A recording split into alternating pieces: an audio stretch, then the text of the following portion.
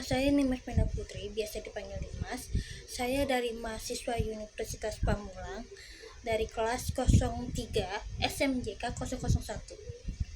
Saya di sini ingin mempresentasikan tentang persaingan bisnis dalam pemasaran online. Yang pertama adalah identifikasi pesaing. Identifikasi pesaing adalah proses untuk mengenali dan menganalisis pesaing dalam suatu industri.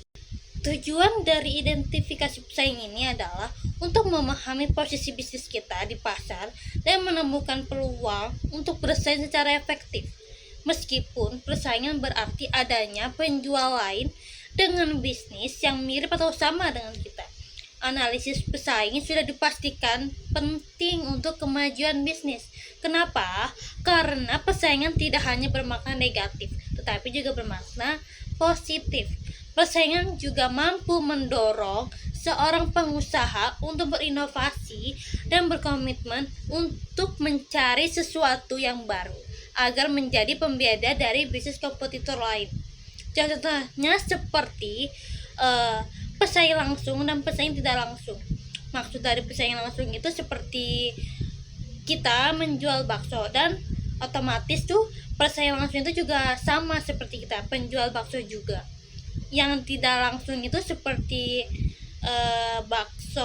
kita bakso, tetapi yang lain tuh kayak soto, martabak, sate, mie ayam, pokoknya makanan lain yang ada di sekitar kita. Manfaat analisis pesaing sudah pasti strategi pemasaran yang kita lakukan akan tepat sasaran terhadap kemauan pasar. Selain memahami kondisi pasar, menganalisa pesaing juga memiliki manfaat untuk mengetahui kondisi pesaing sehingga bisa melangkah satu lebih awal, baik dari segi penjualan dan pemasaran. Contoh analisis pesaing, salah satu yang bisa kita gunakan atau ketahui ialah SWOT, Strength, Weakness, Opportunities, Threat. Pertama di sini ada strength atau yang disebut dengan kekuatan. Maksudnya, kita harus mengetahui kekuatan pesaing dan apa kelebihan bisnis pesaing dari bisnis kita sendiri. Misalnya, pesaing lain bisa membuat menu yang unik yang dapat membuat pelanggan tertarik dan datang terus ke dia. Yang kedua ini ada weaknesses atau kelemahan. Maksudnya, kita harus mengetahui kelemahan pesaing dan memanfaatkan kelemahan tersebut untuk menonjolkan bisnis di mata konsumen. Contoh seperti harga pesaing lebih tinggi. Kita dapat mempromosikan harga tersebut dengan atau kita membuat paket yang dapat minuman dan makanan gitu yang lebih terjangkau. Yang ketiga ada opportunities, adalah kesempatan yang bisa diambil ketika pesaing tidak mengambil kesempatan tersebut. Misalnya, kita dapat mengantar pesanan melalui aplikasi online atau kita bisa buka di aplikasi-aplikasi online tersebut. Selanjutnya ada yang terakhir itu ada threats. Itu adalah ancaman. Maksudnya kita harus mengetahui ancaman apa yang dihadirkan oleh pesaing untuk keberlangsungan bisnis kita.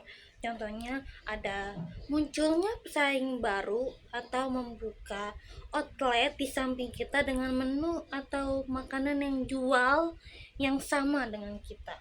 Selanjutnya ada cara analisis pesaing. Maksudnya di sini kita dapat mengenali atau berkenal dengan kompetitor lain. Yang kedua adalah menganalisis harga. Kita dapat menganalisis harga kita. Dan yang ketiga ada analisis sosial media. Yang terakhir ini ada paid marketing. Maksud dari paid marketing ini kita dapat mempromosikan barang dagangan kita melalui website yang berbayar seperti TikTok, YouTube, Facebook, dan lain-lainnya. Ada aplikasi website yang berbayar. Yang kedua ada analisis situs website. Maksudnya, bagaimana cara analisis website pesaing adalah salah satu faktor penting untuk memetakan posisi Anda di pasar. Setelah memahami posisi ini, kita dapat membuat strategi pemasaran yang akan membantu memaksimalkannya dan menjangkau pelanggan dan audiens baru. Langkah apa yang harus dilakukan untuk menganalisis website? Yang pertama itu ada identifikasi pesaing. Yang kedua, ada gunakan alat online untuk menganalisis strategi mereka. Yang ketiga, ada bandingkan satu sama lain. Yang keempat, ada lakukan analisis SWOT. Yang terakhir ini ada identifikasi posisi yang unik. Selanjutnya ada alat penelitian pesaing. Alat penelitian pesaing adalah alat bantu pemasaran untuk membuat penelitian pesaing situs web jauh lebih mudah. Yang pertama itu ada temukan kata kunci trending dengan SpyFu. Yang kedua ada temukan dan analisis backlink dengan Majestic. Yang ketiga ada sempurnakan strategi pemasaran dengan SimilarWeb. Yang keempat ada mengawasi lalu lintas pesaing terbesar dengan Alexa. Yang kelima adalah cek email pesaing Anda dengan Our Letter. Yang keenam ada memantau media sosial pesaing dengan Sprout Sosial. Yang ketujuh ada ketahuilah iklan mana yang berkinerja baik dengan espionage. Yang kedelapan ada dapatkan peringatan untuk setiap perubahan yang dilakukan pada situs web pesaing dengan Compete. Yang sembilan dapatkan gambaran umum situs web pesaing dengan SEMrush atau Ahrefs. Yang ke-10 ada memata-matai kata kunci target pesaing. Yang ke-11 ada periksa HTML untuk meta kunci. Yang terakhir ada periksa HTML untuk tag judul. Yang ketiga ada analisis konten pesaing. Analisis pesaing selanjutnya adalah dengan mengenali konten yang dibuat oleh pesaing. Dalam hal ini konten-konten yang melalui platform YouTube, blog hingga podcast dan sosial media manapun. Tujuannya adalah untuk mengidentifikasi jenis konten mana yang dapat melakukan lalu lintas atau keterlibatan yang paling banyak. Selanjutnya yang keempat ada analisis media sosial pesaing. Caranya yang dapat melakukan saat menganalisis pesaing dari produk melalui media sosial, yaitu ada mengidentifikasi kompetitor utama, cari tahu alasan utama Anda melakukan analisis. Yang ketiga ada pilih media sosial yang ingin dipantau. Yang keempat ada lihat bagaimana kinerja media sosial mereka.